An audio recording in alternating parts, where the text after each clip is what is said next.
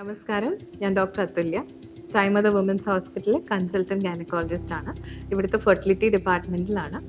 നമ്മുടെ ഹോസ്പിറ്റലിൽ അവൈലബിൾ ആയിട്ടുള്ള വന്ധ്യതാ ചികിത്സയ്ക്കുള്ള കുറച്ച് ഓപ്ഷൻസിനെ കുറിച്ച് പറയാനാണ് ഈ വീഡിയോ കൊണ്ട് ഉദ്ദേശിക്കുന്നത്. നമുക്കിവിടെ കൂടുതലും അവൈലബിൾ ആയിട്ടുള്ളത് IUI ഉണ്ട്, IVF ഉണ്ട്, ICSI, oocyte ഫ്രീസിങ്ങും എംബ്രിയോ ഫ്രീസിങ്ങും ഇവിടെ അവൈലബിൾ ആണ്.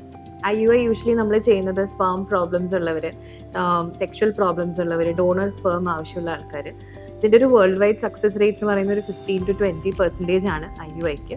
പിന്നെ അത് എല്ലാവർക്കും ഉള്ളൊരു ട്രീറ്റ്മെൻ്റ് അല്ല. IVF ആണ് ഇതിൻ്റെ ഒരു അഡ്വാൻസ് ട്രീറ്റ്മെൻറ്റ്.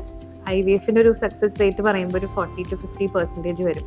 IVF എന്ന് പറയുമ്പോൾ അതൊരു OP പ്രൊസീജിയറാണ്. അതിന് അഡ്മിഷൻ്റെ ആവശ്യമില്ല.